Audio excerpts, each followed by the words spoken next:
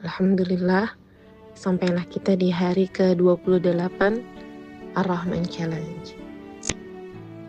Dalam pembahasan kali ini, saya izin untuk sedikit flashback dulu. Untuk kawan-kawan, silahkan juga ikut flashback juga. Mungkin kita pernah ketemu sama sesuatu yang tampaknya indah di luar, tapi ternyata ketika kita dekati, kita datangi, itu ternyata tidak menenangkan. Keindahan itu seolah hilang. Ada orang yang wajahnya manis, kata-katanya lembut, tampilannya memikat hati, tapi ternyata dia punya karakter atau hatinya itu bikin kita ngerasa lelah. Atau sebaliknya, ada yang hatinya baik, tapi di dunia ini karena kita selalu diajarkan untuk terpukau dengan sesuatu yang tampak terlihat daripada apa yang tersembunyi, hati yang baik itu jadi bukan satu hal yang menarik. Tapi Allah memberikan suatu gambaran tentang surga dengan satu kalimat yang membuat kita jadi memahami bahwa ada sesuatu yang Allah persiapkan yang berbeda dengan apa yang ada di dunia. Fihinna khairatun hisan. Di dalam surga itu ada para perempuan yang baik-baik, lagi cantik-cantik. Fabi ayyi ala'i rabbikuma tukadziban. Maka nikmat Tuhanmu yang manakah yang kamu dustakan? Ayatnya pendek ya, tapi justru karena pendek inilah Allah ingin menyampaikan suatu pesan dalam satu ayat pendek, tapi punya makna yang padat. Bahwa nanti di surga, kebaikan dan keindahan itu tidak terpisahkan. Di dalam tafsir At-Tabari dijelaskan bahwa khairatun hisan itu berarti baik akhlaknya dan indah wajahnya. Jadi yang pertama kali disebutkan itu bukan keindahan rupa, tapi kualitas batinnya dulu yang disebutkan khairat. Nah, bukan hanya enak dipandang, tapi juga menenangkan saat didekati. Bukan cuma menarik mata kita, tapi juga menyejukkan jiwa yang memandangnya. Nah, ini jadi penting karena di dunia urutannya terbalik. Kalau di dunia kita sering sibuk mempercantik apa yang tampak, tapi kita lupa dan lalai merawat apa yang tidak terlihat. Padahal itu yang paling penting. Sibuk membangun citra apa yang tampak, tapi lupa untuk membangun akhlak kita. Sibuk pengen dikagumin, tapi gak berusaha untuk bersungguh-sungguh menjadi lebih baik. Dan di ayat ini Allah ingin mengajarkan sebuah urutan keindahan yang lebih paten, yaitu yang baik lalu yang indah. Jadi seenggaknya di sini Allah ingin menyampaikan keindahan yang paling sempurna adalah keindahan yang ditopang dengan kebaikan. Nah, di dalam At-Tabari juga disampaikan sebuah riwayat dari para ulama bahwa maknanya khairatun hisan itu baik akhlaknya dan cantik wajahnya. Dan itu sudah sanggup untuk membuat kita berhenti sejenak. Karena ternyata bahkan ketika Allah berbicara tentang kenikmatan surga, Allah bukan hanya membicarakan tentang visual, apa yang bisa dilihat, tapi juga bicara tentang karakter. Seolah Allah ingin membuat kenikmatannya benar-benar nikmat, bukan hanya bentuknya, tapi juga rohnya. Bukan cuma tampilannya, tapi juga perangainya. Nah, di dalam tafsir Ar-Razi, beliau memberi isyarat bahwa lafaz khairatun hisan itu adalah sisi batin dan sisi lahir.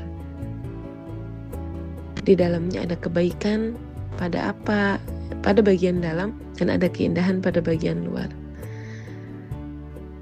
Banyak luka di dalam hidup itu lahir dari ketimpangan antara dua hal ini, lahir dan batinnya. Ada yang luarnya tampak baik tapi dalamnya rusak. Ada yang kata-katanya manis tapi niatnya pahit. Ada yang tampak religius tapi kehadirannya justru malah menyakiti. Ada yang indah dipamerkan tapi begitu didekati itu berbahaya. Ya.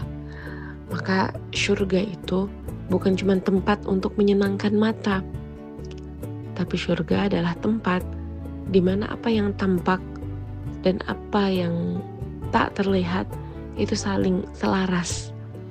Dalamnya baik, luarnya indah. Tidak ada yang namanya kepalsuan. Tidak ada yang namanya manipulasi. Tidak ada yang namanya kelelahan emosional. Tidak ada hubungan yang membuat hati jadi selalu bersikap waspada. Nah, mungkin itulah salah satu bentuk kenikmatan surga yang sering tidak kita sadari. Di sana kita gak perlu lagi menebak-nebak isi hati orang. Gak perlu lagi berjaga-jaga dari kepalsuan. Gak perlu lagi harus merasa lelah menghadapi yang nampak baik tapi ternyata menyakitkan. Surga itu tempat yang bersih, termasuk bersih dari relasi yang rumit. Ibnu Ashir juga memberikan kita sebuah sudut pandang. Beliau menjelaskan bahwa penyebutan sifat-sifat ini datang dalam rangka targhib atau apa? Menguatkan kerinduan. Menggerakkan jiwa kita agar sungguh-sungguh banget ingin sampai ke sana. Jadi pengulangan ayat yang ke-28 kalinya, fabi ayyi ala'i rabbikuma tukadziban, maka nikmat Tuhanmu yang manakah yang kamu dustakan. Ini bukan cuma sekedar pengulangan lagi, tapi Allah setelah menyebutkan taman-taman, mata air, buah-buahan, kurma, delima, lalu Allah menyebutkan lagi kenikmatan yang sifatnya relasional, hubungan, emosional, dan sesuatu yang batin. Allah ingin menunjukkan bahwa nikmat itu bukan cuma soal apa yang dimakan, apa yang dilihat, atau di mana seseorang itu tinggal, tapi juga siapa yang menemani, suasana seperti apa yang mengelilinginya, dan kualitas jiwa seperti apa yang hadir di sekitar kita. Ini relevan ya sama hidup kita hari ini. Kadang kita mengira kebahagiaan itu cukup dengan tempat yang nyaman, rumah yang indah, pakaian yang bagus, atau pencapaian yang bisa dilihat. Padahal, kalau orang-orang di sekitar kita tidak menghadirkan kebaikan, semua itu juga bisa jadi, walaupun kita punya semuanya, semua jadi kerasa sempit. Tapi sebaliknya, ketika Allah menghadirkan orang-orang yang baik akhlaknya, banyak luka yang ada di hidup kita jadi kerasa lebih ringan. Jadi ayat ini bukan cuma bicara tentang penghuni surga, tapi juga ayat ini sedang mendidik kita yang ada di dunia. Jadilah orang yang tidak hanya ingin terlihat baik, tapi sungguh-sungguh baik. Jadilah orang yang kehadirannya menenangkan, bukan hanya membuat orang terkesan. Jadilah orang yang bukan cuma indah di mata manusia, tapi juga baik di sisi Allah. Karena dunia hari ini terlalu penuh dengan semua kepalsuan, pencitraan. Terlalu mudah membuat tampilan, tapi sulit untuk membangun apa yang ada di dalam. Terlalu ramai orang mempercantik wajah, tapi sepi orang yang memperbaiki akhlaknya. Padahal Allah ketika menggambarkan kenikmatan surga tetap menonjolkan akhlak. Jadi mana mungkin kita terus merasa tertipu dengan ini dan yakin apa yang tampak itu segalanya. Jadi yang perlu kita tanyakan ke diri kita, selama ini saya sibuk memperindah apa? Apa yang nampak aja? Atau juga yang tersembunyi dari pandangan manusia tapi terlihat jelas oleh Allah? Apakah saya sedang berusaha jadi orang yang menyenangkan untuk dipandang orang, atau juga sedang berusaha untuk menenangkan setiap ada yang mendekati? Apakah saya cuma ingin dianggap baik atau benar-benar ingin menjadi baik? Ayat ini memberikan kita harapan bahwa Allah menyiapkan untuk hamba-hambanya tempat yang di dalamnya tidak ada lagi kekurangan dalam cinta, kenyamanan, keindahan, akhlak, ketenangan. Saat di dunia semuanya seperti tercerai-berai, di sana Allah sempurnakan. Segala yang di dunia kita rindukan tapi tidak pernah utuh, di sana Allah sempurnakan semuanya. Maka fabi ayyi ala'i rabbikuma tukadziban, ini teguran yang lembut dari Allah. Nikmat sebesar ini masih mau didustakan?